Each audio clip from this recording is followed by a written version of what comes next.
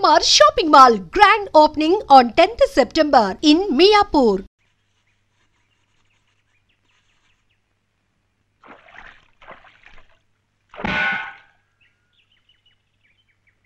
ఏమిటి ఇంత పొద్దున్నే వచ్చారు? మెట్ల పూజకి. మెట్ల పూజగా? అరే ఏమిటిది?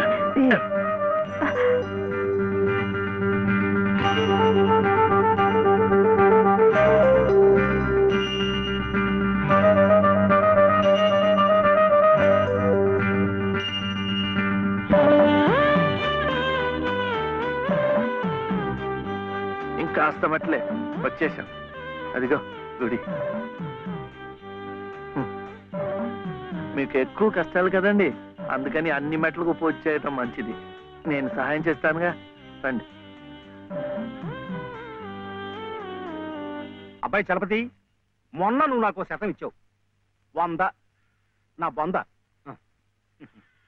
అది ప్లేడర్ గుమాస్తా పంటి కింద కూడా రాలేదు. ఇప్పుడు మరో 5% కావాలి. 500. 500 కాకపోతే 1000 ఇవ్వచ్చు. కానీ ఆయన కేసు కూడా సరిగ్గా వినలేదే. విండాయా? పెట్టలేదుగా. ఎద్దుకు మేత, ప్లేడర్కు ఫీజు పనికి ముందే పెట్టాలి. నువ్వు వెళ్ళి 5% పట్టరా. 500 అప్పుడు వింటాడు. వెళ్ళు. ఇంకా చూడు, ఈ కేసుని గానుగా తిప్పినట్టు తిప్పేస్తాను. బాబు, ఆయన అసలే గంతలు కట్టిన గానుగెద్దు. అక్కడికక్కడే తిప్పేసి ముంచేయగలడు. నాకేం వినపట్టలేదు. నీ నోటుకు వచ్చినట్టు నువ్వే వాక్కు. తవరు చదువుకున్నారు, మధ్యలో ఈ దళారిగాళ్ళు ఎందుకండి బాబు? ఇదిగో, నువ్వు నోరు వస్తావా? నువ్వు వెళ్ళవా? అమ్మా బట్టలు వేస్తాలే. ఇదిగో ఏమేవు, కొబ్బరికాయ ఉంది కదా అని నెత్తికేసి రుద్దుకుంటే కొబ్బరి నువ్వు రాసుకున్నట్టు కాదు. చుట్టూ రాలిపోయి పుర్రెకి పుండు పడుతుంది. ఏమిటే? ఉతుకుదామని. ఇది ఉతికింది. అలాగే చదువు ఉంది కదా అని ప్లేటర్ దగ్గర వెళ్తే చాలదు. నాలాంటి అనుభవజ్ఞుడు పేచీ ఏమిటో విప్పి చెప్పి ప్లేటర్ గారి గోచి బిగించాలి. అప్పుడు ఆయన వెనక ముందు చూడకుండా కేసు వాదించి అవతల బారేస్తాడు. ఎవరినో ఉద్ధరించడానికి ప్లేడర్లు, కోర్టులు, వారికి ముడుపు చెల్లించడానికి ఇంట్లో ఉన్నదంతా దానాలు, ధర్మాలు. నాకున్నదే ఒక గొలుసు, నేనివ్వను. అదే లలిత నీ అక్కయ్యో చెల్లులో అయితే ఇలాగే మాట్లాడేదానివా? సాటి ఆడదానికి దాని బాధ ఏమిటో కష్టం ఏమిటో నాకంటే నీకే బాధ తెలుసుండాలి. అది తెలుసు కాబట్టి ఉన్న ఒక్క వస్తువు అయినా జాగ్రత్త పరచుకోవాలనుకున్నాను. పొద్దున్నే అన్నంగానే ఉన్నారంటే చంపుతాను. పొండి బయటికి. ఈ గొలుసైనా నా మెళ్ళ మీరు దిగేసిందేం కాదు, మా పుట్టింటి వాళ్ళు పెట్టింది. కనీసం ఇదైనా నా పిల్లలకు దక్కనివ్వండి. అలాగే నీ కన్న తండ్రి పెట్టినగా నీ కన్న బిడ్డలకే ఉంచుకో. నీ కట్టిన తాళ్ళు నాకు. అలాగే ఇస్తాను. ఈ మెళ్ళ ఓ తాడు ముడేయండి. పసుపు తాడు కాదు, ఉరితాడు. ఆ తర్వాత నా పిల్లలు దిక్కులేని అనాథలవుతారు. అప్పుడు మీ ఇష్టం వచ్చినట్టు మీరు చేసుకోవచ్చు. అడిగే వాళ్ళు ఉండరు. కనపడడం లేదా?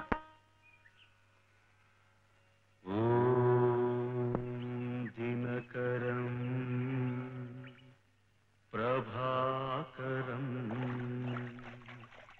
జూయతేజోధరం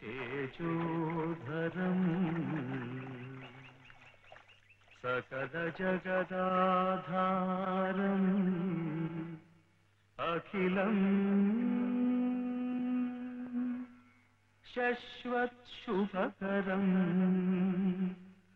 దినకరం.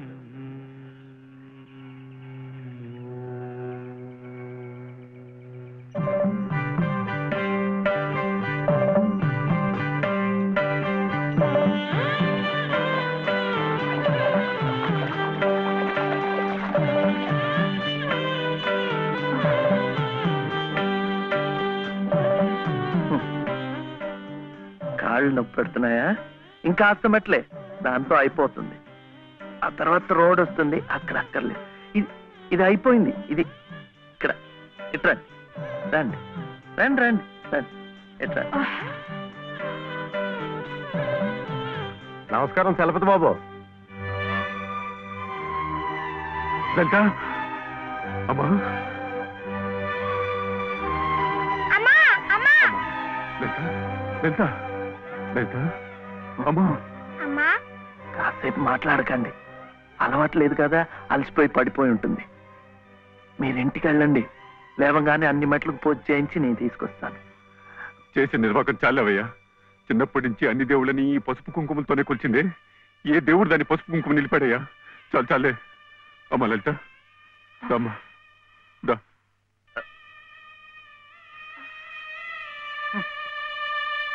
ఆ మెట్లు కూడా పూర్తి చేసి ఉంటే ఎంత మంచి జరిగేదో. ఎట్టా జరుగుద్దిరా? గోదాట్లో మునిగితే పుణ్యం వస్తుంది అన్నారని ముక్కు మూసుకొని నీళ్ళల్లో అట్టాగే కూకుంటే అట్టాగే పైకి వెళ్ళిపోతాం. దేనికైనా ఓ పద్ధతి, ఓ నిమిటూ ఉండాలా.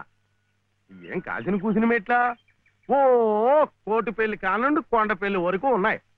వీటన్నిటికీ పూజలు చేయాలంటే ఆడకూతురు తట్టుకోవద్దా? చేయకపోతే కష్టం ఎలా తీరుతుంది? ఓరే, గుళ్ళో పూజలు చేయాలంటే నువ్వే చేస్తున్నావేట్రా?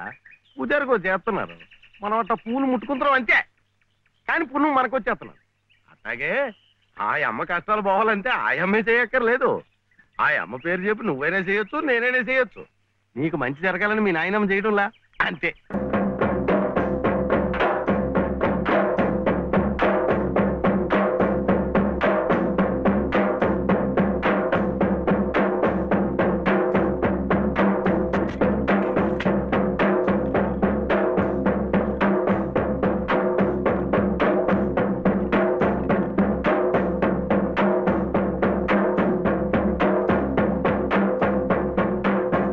ఏగితీపు అంటే అది. ఆ కొడుకు జబ్బు తగ్గాలని ఆ తండ్రి పడే అవస్థ చూడు. ప్రాణాలకు కూడా తెగించి నిప్పుల్లో ఎలా నడిచేస్తున్నాడో. పొద్దున్నే నువ్వు చెప్పింది అదేనమాట. ఒకళ్ళు కష్టాలు తీరాలంటే ఇంకొకళ్ళు మొక్కోవచ్చని. ఒరే ఒరే, నువ్వెక్కడికి రా? అమ్మా, శివయ్య ఎందుకు నీ చేత ఆ మెట్లన్నీ కడిగిచ్చాడు? మన మంచి కోసం.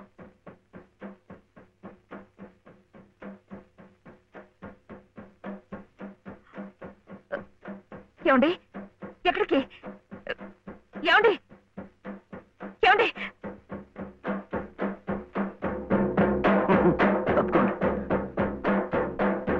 అల్లాకు బాగా దండం పెట్టుకుని మంచి తాయితు కట్టండి. సుబ్హానల్లాహ్ సుబ్హానల్లాహ్ లా ఇలాహా ఇల్లల్లాహ్ ముహమ్మద్ రసూలుల్లాహ్ సుబ్హానల్లాహ్ సుబ్హానల్లాహ్ సుబ్హానల్లాహ్ సుబ్హానల్లాహ్.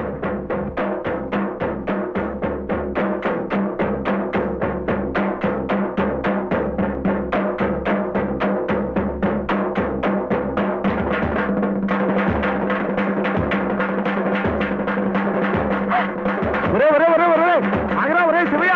ఒరే కాలు కాలిపోతారా? ఒరే ప్రమాదం రా.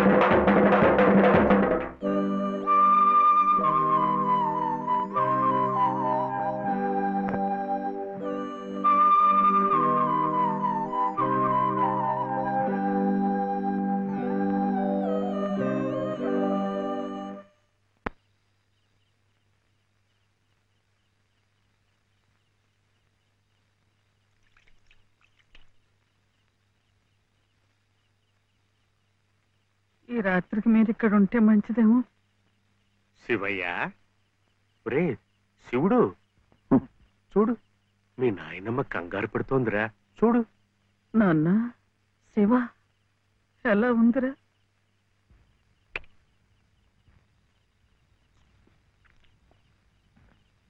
ఇప్పటికైనా నమ్మకం కుదిరిందా? వాడికేం పర్వాలేదమ్మా, హాయిగా నిద్రపోతాడు. అసలు నీ ఆరోగ్యం కూడా అంతంత మాత్రమేగా. జాగారం చేయకుండా కాసేపు నడువు వాల్చు. ఏం విశ్రాంతి తీసుకోవటం ఏమిటో. వీడిలాగే ఏదో ఒకటి నెత్తి మీదకి తీసుకురావడం, అది తీరేసరికి మరొకటి. ఈ సేవతోనే సరిపోతుంది. నువ్వు చాలా అదృష్టవంతురాలి రాజమ్మ. మనిషి స్వార్థాన్ని చంపుకుని ఏ ప్రతిఫలాన్ని ఆశించకుండా పరోపకారం చెయ్యాలంటే ఎంతో దీక్ష ఉండాలి, సాధన కావాలి. అలాంటి వాణ్ణి మనం యోగి అంటాం. మరి నీ మనవుడు ఏ ప్రతిఫలాన్ని ఆశించి నిప్పుల్లో దూకారంటావు? వాడు దుమ్ము ధూళి అంటని స్వాతి ముత్యం, జన్మతః యోగి, మహాజ్ఞాని. అలాంటి వాడికి నువ్వు సేవ చేస్తున్నావు. ఇంతకంటే నీకేం కావాలి చెప్పు?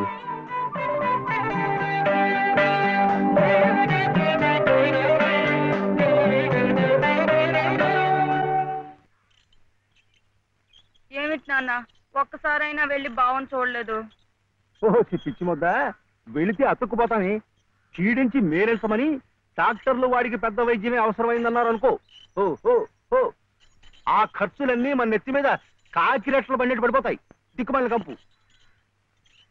ఇదిగో ఇదిగో ఇట్లా రేపటి నుంచి శ్రీరామ ఉత్సవాలు, చందాలంటూ వచ్చి కొంప పడిపోతారు. మా నాన్నకి నెత్తురు బంక విరోచనాలు, ఇంట్లో కూడా రావడం లేదని చెప్పి గేట్లో వాళ్ళని గేట్ నుంచి పంపించాయి.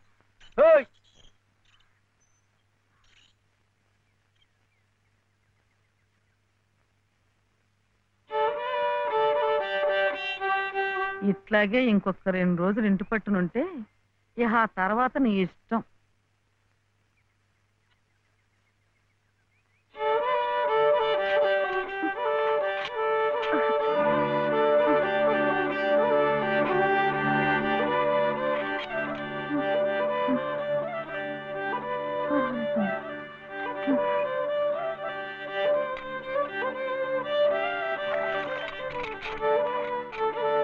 చిట్టి చిట్టి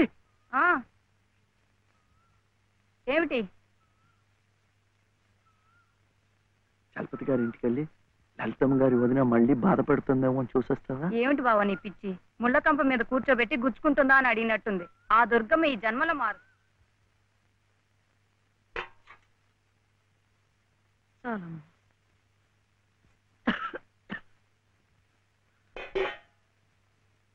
ఏమిట్రా కోపం. ఎవరి మీద? ఏం చేశాను? మెట్ల పూజ పూర్తి అవ్వకుండానే వాళ్ళ అన్నయ్య తీసుకెళ్లిపోయాడు.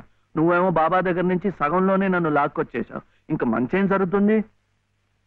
ఒరే, నేనైనా నువ్వైనా వాళ్ళ అన్నయ్య అయినా అంతా నిమిత్త మాత్రులమేరా.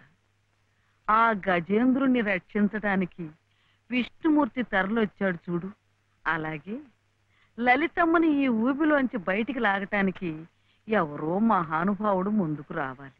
ధైర్యంగా మెళ్ళో తాళి కట్టి శాశ్వతంగా ఓ నీడ కల్పించాలి, తోడుగా నిలబడాలి. అదొక్కటేరా దారి. కానీ ఈ వ్యధవ కట్టుబాట్లు ఆడదానికి అవకాశం లేకుండా చేసి